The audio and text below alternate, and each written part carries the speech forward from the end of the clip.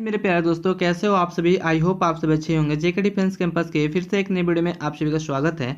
आज का practice set number BSF tradesman के जीके जीएस का 2 होने वाला है। तो अगर आप 1 नहीं देखे हैं तो उसको पहले देख लीजिए, ठीक है। दूसरी बात, अगर आप बीएसएफ ट्रेडमैन के एग्जाम देने वाले हैं तो आप प्रैक्टिस सेट लगा रहे हैं, अगर आपका जीके एंड जीएस में नंबर इंक्रीज नहीं कर रहा है तो आप मेरे साथ प्रैक्टिस सेट पर डे लगाइए। शाम को आपको डेली एक वीडियो मिल जाएगा प्रैक्टिस सेट का, ठीक है। उसमें आपका जितना भी नंबर आ रहा है कमेंट बॉक्स में बताइएगा। अगर आप इस 25 प्रैक्टिस सेट में 15 प्लस स्कोर करते हैं तो आप एक सेफ जोन में रह सकते हैं, क्योंकि इस लेवल का ही प्रश्न आपको एग्जाम में देखने को मिलेगा। कहीं कोई प्रश्न हार्ड होता है, कहीं कोई प्रश्न कंफ्यूजन और इजी भी होता है। तो चलिए इस वीडियो में पहले हम वीडियो को पूरा कंप्लीट करते हैं और क्वेश्चन के आधार पर आप सभी को जो भी बातें होंगी वो बताया जाएगा, ठीक है। तो वीडियो को अंत तक जरूर देखिएगा। देखिए, जिस तरह का प्रश्न कह रहा है उस प्रश्न को पहले समझना है। पहला प्रश्न जो है अब कह रहा है कि किस वर्ष भारत और भूटान फाउंडेशन की स्थापना हुई थी। तो ये आपका करंट अफेयर्स की मात्रा है ना। तो इसका राइट आंसर हो जाएगा 2003। आपको मैं बता दूं कि जब एग्जाम देने जाइएगा तो आपको 4 से 5 प्रश्न ऐसे होंगे जो करंट अफेयर्स से रिलेटिव प्रश्न आपको देखने को मिलेगा। तो करंट अफेयर्स आपको 1 साल का कवर करना है। दूसरा प्रश्न भी देखिएगा, तो ये भी आपका जो एक तरह से प्रश्न है करंट अफेयर्स का ही है। कह रहा है किस देश ने एशिया के साथ संबंध बढ़ाने और उसे मजबूत करने के उद्देश्य से एशियाई शताब्दी श्वेत पत्र जारी किया, है ना। तो इसका राइट आंसर क्या हो जाएगा? इसका राइट आंसर हो जाएगा ऑस्ट्रेलिया ने, है ना। इसी तरह अगला प्रश्न देखते हैं। कह रहा है कि प्लेइंग इट माई वे। देखिए, सबसे पहले तो आपको याद होना चाहिए कि प्लेइंग इट माई वे जो पुस्तक है ये किसकी पुस्तक है या फिर किस आधार पे ई बुक लिखी गई है। तो यह एक आत्मकथा है और हमारे क्रिकेटर सचिन तेंदुलकर जो है, जो कि क्रिकेट के पितामह कहलाते हैं या फिर भगवान भी कहते हैं, ठीक है ना। तो इनका राइट आंसर हो जाएगा, इनके सह लेखक पूछा हुआ है ना, सह लेखक हो जाएगा बोरिया मजुमदार सह लेखक है इनके, ठीक है। अगला जो प्रश्न है, कभी कभी एग्जाम में करंट अफेयर्स काफ़ी पुराना पूछ दिया जाता है। देखिए यहाँ पे लिख रहा है कि 64वां राष्ट्रीय पुरस्कार सर्वश्रेष्ठ नाट्य रूपक फिल्म के रूप में पुरस्कार किस फिल्म को दिया गया है। तो ये कवास फिल्म है, जो कि मराठी फिल्म है। ये कवास एक मराठी फिल्म है, इसके लिए 64वां राष्ट्रीय पुरस्कार मिला है इनको, ठीक है ना। अगला प्रश्न देखते हैं। कह रहा है कि भारत की प्रथम ध्वनि वैशिष्ट्य फिल्म कौन सी थी, यानी प्रथम बोलती फिल्म कौन सी थी, है ना। तो ये आलम आरा है, ठीक है। ये आलम आरम जो फिल्म जो थी ये प्रथम बोलती फिल्म है और ये 1931 में मतलब ये फिल्म रिलीज हुआ था। आ रही बात समझ में? कितना में? 1931 में, ठीक है। अगला प्रश्न देखते हैं। अगला जो प्रश्न कह रहा है यहाँ पे, अगला प्रश्न है कि फुटबॉल टीम में कितने खिलाड़ी होते हैं, है ना। फुटबॉल टीम में कितने खिलाड़ी होते हैं? तो आपका फुटबॉल टीम में होते हैं 11 खिलाड़ी। याद रखिएगा, क्रिकेट के बाद में हॉकी, है ना, हॉकी और आपका फुटबॉल, ये तीनों में 11 खिलाड़ियां होते हैं। आपको सारे खिलाड़ियों का क्रम याद रखना है कि मतलब एक टीम में कितने खिलाड़ी होते हैं, ऐसे आपको सारे खिलाड़ी का क्रम याद रखना है, ठीक है ना। अगला देखते हैं, क्योंकि प्रश्न आपका खेल से भी बनता है, ठीक है। लास्ट में इंपॉर्टेंट फैक्ट में जो बताऊंगा उसको ध्यान से सुनिएगा, तभी आपका नंबर इंक्रीज हो सकता है जीके एंड जीएस में, ठीक है। कह रहा है कि निम्नलिखित में से किसने डीजल इंजन का आविष्कार किया था। तो ये आपका मिसलेनियस का प्रश्न है, ठीक है। रुडोल्फ डीजल हो जाएगा। इसके बाद देखते हैं अगला प्रश्न। कह रहा है कि देखिए, मैं जो बताता हूँ ना जो प्रश्न को, आपको इस चीज़ पे ध्यान देना होगा कि जो प्रश्न मैं बता रहा हूँ इससे आपको एक चीज़ का अनुभव हो जाएगा कि ये जो प्रश्न है कहाँ से प्रश्न बन रहा है। जैसे कि ये प्रश्न को देखिए, कह रहा है कि प्रधानमंत्री सुकन्या समृद्धि योजना का शुभारंभ कब किया गया था, ठीक है। तो आप ऐसे प्रश्न को इकोनॉमिक सेक्टर का प्रश्न कहेंगे या फिर करंट अफेयर्स का प्रश्न कहेंगे। तो मेरी बात को ध्यान से सुनिएगा, ऐसे जो प्रश्न होते हैं जो करंट अफेयर्स के प्रश्न होते हैं और 1-2 साल के बाद में ये इकोनॉमिक सेक्टर में जुड़ जाता है, जो कि जीएस का काम करने लगता है, ठीक है। तो आप इसको वर्तमान स्वरूप में आए हुए प्रश्न को आप करंट अफेयर कहो या फिर अगर आप 2-3 साल पुराने प्रश्न हो जाए तो उसको जीएस सेक्टर में ले लो आप, है ना। तो इसका राइट आंसर क्या हो जाएगा? इसका राइट आंसर हो जाएगा ऑप्शन सी, जनवरी 2015 में, है ना। जनवरी 2015 में ये बेटी बचाओ बेटी पढ़ाओ अभियान के भाग के रूप में प्रधानमंत्री नरेंद्र मोदी जी के द्वारा ये भारत प्रधानमंत्री सुकन्या समृद्धि योजना शुभारंभ किया गया था, है ना। अगला प्रश्न देखते हैं। निम्नलिखित में से किसे एक गतिशील सजीव इकाई के रूप में जाना जाता है। तो इसका राइट आंसर हो जाएगा ऑप्शन सी 1 को। कुछ ऐसे प्रश्न होते हैं जो डायरेक्टली एक ही फॉर्मेट में याद करना, जैसे देखिए गतिशील सजीव इकाई कहा जा सकता है, तो ऑप्शन के अकॉर्डिंग 1 सही है ना। अगला प्रश्न कह रहा है कि विटामिन सी को एस्कर्बिक अम्ल के रूप में जाना जाता है। तो आपको ऐसे देखिए कुछ प्रश्न होते हैं वन लाइनर होते हैं, ठीक है ना। ये आपको एसपीडी जब बुक पढ़िएगा ना, मैंने आपको बताया था एसपीडी पब्लिकेशन का, ठीक है, एसपीडी पब्लिकेशन का रेलवे सामान्य अध्ययन आपको ले लेना है, उस पर पढ़ना है। देखिए यहाँ पे जब मैं क्वेश्चन को पढ़ा मेरे को डायरेक्ट ही आंसर आ गया 1 इसका आंसर होगा। जैसे उस पर लिखा हुआ है कि गतिशील सजीव इकाई कहा जाता है 1 को, है ना। यहाँ पे अगर मैंने पढ़ा कि विटामिन सी को जाना जाता है तो एस्कर्बिक अम्ल के रूप में जाना जाता है, तो डायरेक्ट आंसर हो जाएगा। तो 1 लाइनर फॉर्मेट का जीके आपको पढ़ना है तो आप एसपीडी रेलवे सामान्य अध्ययन ले लीजिएगा, ठीक है। अब क्या कह रहा है कि साबुन में निम्न में से किसके सोडियम लवक होते हैं। तो देखिए ये ऑब्जेक्टिव प्रश्न है, लूसेंट ऑब्जेक्टिव का प्रश्न है, ठीक है ना। इसका राइट आंसर हो जाएगा वसीय अम्ल। सोडियम लवण होते हैं तो वसीय अम्ल हो जाएगा साबुन में, ठीक है। देखिए सारे प्रश्न मुझे कैसे याद है कि जब आप एक लूसेंट बुक पढ़ लेंगे, ऑब्जेक्टिव बुक पढ़ लेंगे, ठीक है, रेलवे सामान्य अध्ययन 1 लाइनर फॉर्मेट पढ़ लेंगे, तो प्रश्न पढ़ते ही आपके दिमाग में हिट कर जाएगा कि ये प्रश्न तो यहाँ मैंने पढ़ा था। तो वैसा ही मेरे साथ भी होता है, सारे प्रश्न मुझे भी याद नहीं होता, पढ़ना पड़ता है। तो इसी तरह आपको भी पढ़ना होगा और मेरे साथ बने रहें तो सेट मारते मारते मेरे साथ, ठीक है, सेट का प्रैक्टिस लगाते लगाते आपको एक हैबिट हो जाएगा। प्रश्न देखने के साथ आंसर भी बता दीजिएगा और आपको ये भी स्ट्रैटेजी पता चल जाएगा कि ये जो प्रश्न है किस बुक के प्रश्न है, ठीक है।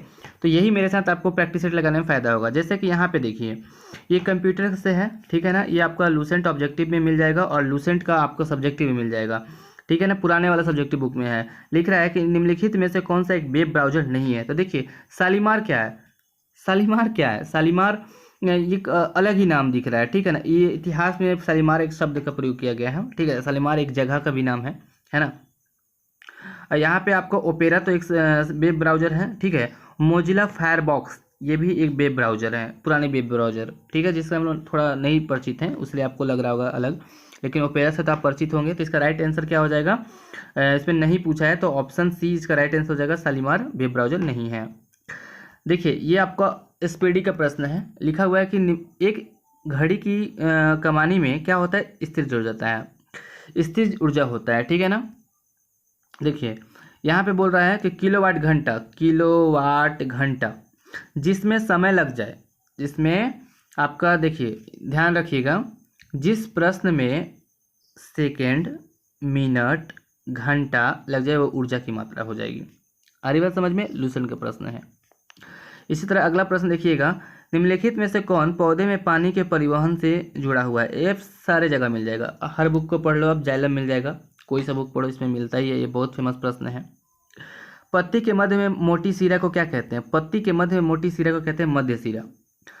पत्ती के मध्य में मोटी सिरा को कहते हैं मध्य सिरा। ये देखिए अगर आप हर प्रश्न का विस्तार से जानने की कोशिश करेंगे तो थोड़ा वक्त लग सकता है, लेकिन मैं प्रैक्टिस सेट लगा रहा हूँ तो इसमें थोड़ा समय नहीं लेना चाहता, क्योंकि प्रैक्टिस सेट जो होता है ना वो टाइम के अकॉर्डिंग लगाना होता है।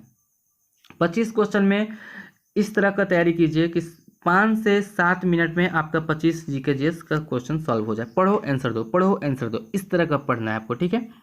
अगला प्रश्न कह रहा है कि रतौंधी यानी नाइट ब्लाइंडनेस के कारण होता है, यानी किसके कारण होता है, तो विटामिन ए की कमी कारण होता है, ठीक है ना। आपको कमेंट में बताना है कि विटामिन ए का रासायनिक नाम क्या है, ठीक है। अगला प्रश्न देखते हैं। अगला जो प्रश्न है अयंत, देखिए ये डिटेल्स में पढ़ना पड़ेगा, लेकिन आपको ऑब्जेक्टिव फॉर्मेट में याद करना है तो आपको ध्यान से सुनना होगा इसको, ठीक है। कह रहा है कि अयनांत तथा विश्व यानी एक्विनॉक्स के मध्य में कौन से जोड़ा जो है सही नहीं है। तो आपका 22 दिसंबर जो होगा ना मकर रेखा पे नहीं होता है, 22 दिसंबर को होता है आपके कर्क रेखा पर, ठीक है। तो बाकी सभी सही है ना। इसी तरह अगला प्रश्न देखते हैं कि ध्रुव तारा कौन सी दिशा को इंगित करता है। ध्रुव तारा उत्तर दिशा को इंगित करता है, ठीक है। हालांकि इसका जो राइट आंसर है उत्तर और दक्षिण दिशा होना चाहिए, ठीक है ना, लेकिन ऑप्शन के बेस पे उत्तर दिशा सही है। अगला प्रश्न देखते हैं। अगला प्रश्न कह रहा है कि किस सुल्तान ने अपनी राजधानी को दिल्ली से दौलताबाद स्थानांतरित किया था। तो एमबीटी यानी Muhammad bin Tughlaq, option B is right answer. अगला प्रश्न देखते हैं। कह रहा है कि स्वदेशी आंदोलन को आंध्र के डेल्टा इलाके में किस नाम से जाना जाता है। तो ये हो जाएगा वंदे मातरम आंदोलन के नाम से जाना जाता है, ऑप्शन सी, ठीक है। अगला प्रश्न देखते हैं। अगला प्रश्न कह रहा है कि निम्न में से किस देश के पास प्रलेखित संविधान नहीं है। प्रलेखित मतलब होता है लिखित रूप से नहीं है, तो आपका ब्रिटेन के पास में लिखित रूप से संविधान नहीं है। ठीक है, भारतीय संविधान जो है ना विश्व की सबसे बड़ी संविधान है। आ रही बात समझ में। भारत कब आज़ाद हुआ था ये आपको कमेंट बॉक्स में बताना है ये प्रश्न। ठीक है, और ये भी बताना है कि देखिए आपको जितना भी इंपॉर्टेंट फैक्ट्स याद है, जो प्रश्न मैं बोलूँ कि कमेंट में बताना है आपको, तो उसके बारे में जितने भी नॉलेज आपको पता हो सारे चीज़ बताया कीजिए आप लोग। ठीक है, अगला प्रश्न देखते हैं। किस अधिनियम ने नस्ल, धर्म और राष्ट्रीय मूल के आधार पर भेदभाव को निषेध किया था। ठीक है, तो ये आपका इसका राइट आंसर क्या हो जाएगा। इसका राइट आंसर हो जाएगा ऑप्शन ए, नागरिक अधिनियम। ठीक है ना, किस अधिनियम ने नस्ल, धर्म और राष्ट्रीय मूल के आधार पर भेदभाव को निषेध किया था, तो नागरिक अधिनियम। ठीक है, अगला प्रश्न देखते हैं। देखिए ये अधिनियम जो था ना, कब कौन सी अधिनियम है, नागरिक अधिनियम। इस सन अगर पूछे तो 1964 लिख लीजिएगा। ठीक है, अगला प्रश्न देखते हैं। कपास के रेशे का उपयोग कर कपड़े बनाने की आर्थिक गतिविधि किस क्षेत्र के अंतर्गत आती है ना, किस क्षेत्र के अंतर्गत आती है, तो इसका राइट आंसर हो जाएगा द्वितीय क्षेत्र के अंतर्गत आती है। अगला प्रश्न देखते हैं कि किस देश में मुद्रास्फीति की स्थिति में निम्नलिखित में से कौन सा कथन सत्य नहीं है। देखिए थोड़ा प्रश्न को ध्यान से पढ़िएगा। किस देश में मुद्रास्फीति की स्थिति में निम्नलिखित में से कौन सा कथन सही नहीं है, नहीं की बात कर रहा है, तो ये प्रश्न को पढ़ने के बाद में इसका राइट आंसर ऑप्शन डी हो जाएगा। यहाँ पे कह रहा है कि देश के निर्यात है ना, देश के निर्यात अधिक प्रतिस्पर्धी हो जाते हैं। ठीक है ना, तो यही आपका प्रश्न जो है गलत हो जाएगा और राइट आंसर इसके अकॉर्डिंग हो जाएगा। हालांकि जो इसके बारे में विशेष जो चर्चा किया गया है यहाँ पे देखिएगा, जीवन निर्वाह लागत बढ़ जाती है, बात सही है। मजदूरी की तुलना में लाभ तेजी से बढ़ते हैं, सही है। पूंजी का अवमूल्यन होने लगता है। ठीक है, तो कमेंट बॉक्स में आप लोग ये बता दीजिएगा कि आपको ये 25 प्रैक्टिस सेट का प्रश्न कैसा लगा और आपका नंबर कितना आ रहा है। ठीक है, अगर आपका नंबर 15+ भी आ रहा है तो आप सेफ जोन में हो, क्योंकि ये जो क्वेश्चन है काफ़ी इंपॉर्टेंट प्रश्न है और सारे प्रश्नों को आपको याद करना है और लिख के नोट कर लेना जो प्रश्न आपकी गलत हो रहा है। तो मिलते हैं अगले वीडियो में। अगर वीडियो अच्छी लगी हो तो प्लीज़ यार लाइक एंड शेयर सब्सक्राइब करना बिल्कुल ना भूलें।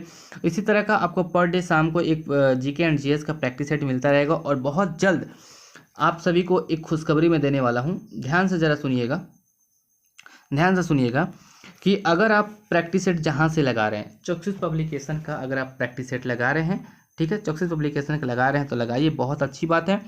लेकिन मैं आपको अभी एक अनाउंस करने वाला हूँ, थोड़ा सुनिएगा। 49 यहाँ पे RS लगेगा 49 का, है ना, और आपको इसमें प्रैक्टिस सेट मिलेगा 5 प्रैक्टिस सेट मिलेगा 49 रुपये में। आपको 5 प्रैक्टिस सेट मिलेगा 49 रुपये में, जिसमें से 100 प्रश्न होंगे, 100 प्रश्न होंगे, है ना। और 100 प्रश्न में आपको, फिर से ध्यान से सुन लीजिए, 100 प्रश्न में आपको मैथ होगा, है ना, मैथ होगा, रीजनिंग होगा और हिंदी होगा और जीके एंड जीएस भी होगा। ठीक है, ये इतने इम्पॉर्टेंट प्रश्न होंगे, इतने इम्पॉर्टेंट प्रश्न होंगे कि मैं इस बात की गारंटी लेता हूँ कि अगर इस प्रश्न में, अगर आप इस प्रश्न को लगाते हैं तो एग्ज़ाम में आप जाइएगा तो जितना नंबर आप यहाँ स्कोर करते हैं, सपोज दैट आप 80 नंबर मेरे सेट में लेके आते हैं, तो मैं गारंटी के साथ कहता हूँ कि एग्ज़ाम में आप 80+ ही नंबर लेके आइएगा। आ रही बात समझ में। देखिए इसको कोई मजाक पे नहीं लीजिएगा। अगर जिनको नौकरी लेना है तो ये 5 प्रैक्टिस सेट आपको लगा लेना है। ये 10 दिन में आपको 5 प्रैक्टिस सेट लगाना है और एग्ज़ाम से पहले मेरी जो टारगेट है, आपको पैसे नहीं देखना है। अगर पैसे आप देखेंगे तो नौकरी तो नहीं होने वाला, है ना। अगर आप मेरे प्रैक्टिस सेट को 20 प्रैक्टिस सेट में काफ़ी मेहनत किया हूँ और मेरे साथ जो सीनियर हैं, ठीक है, वो भी मेरे साथ मेहनत किए हैं। अगर मेरा प्रैक्टिस सेट अगर एग्जाम में अगर आप लगा के 20 प्रैक्टिस सेट जा रहे हो तो 100% श्योर रहना 20 प्रैक्टिस सेट में आपका एवरेज अगर मार्क्स, तो मैं जानता हूँ कि 70+ सबको लाएंगे, लेकिन टारगेट आपको 80+ का करना है मेरे प्रैक्टिस सेट में, और आपका नंबर एग्जाम में भी उतना ही आने वाला है, क्योंकि यही पैटर्न, यही स्तर, यही लेवल का एग्जाम में भी आएगा। तो मैं आप सभी को ये चीज़ का प्रोसेस जो है आपको मंडे तक बता दूंगा। ठीक है, अभी जो क्वेश्चन पे जो बात हो रही थी, मैं 4-5 दिन तक देखता हूँ क्या होता है। हालांकि मेरा जो प्रश्न है, आपका ऑफलाइन में काफ़ी सारे बच्चे सेट लगा रहे हैं, तो मैं चाहता हूँ अपने यूट्यूब फैमिली को भी दूँ इस चीज़ को। तो सभी लोग इस चीज़ को फॉलो करना चाहते हैं तो मेरे साथ बने रहें। कुछ दिन के बाद आप सभी को इसका मैं प्रैक्टिस दिखाने वाला हूँ, उसका मैं एक छोटा सा इमेज दिखाऊंगा। ठीक है, ये अगले वीडियो में दिखा दूंगा कि क्वेश्चन का स्तर किस तरह का होगा। ठीक है, तो मिलते हैं अगले वीडियो में। जय हिंद, जय भारत।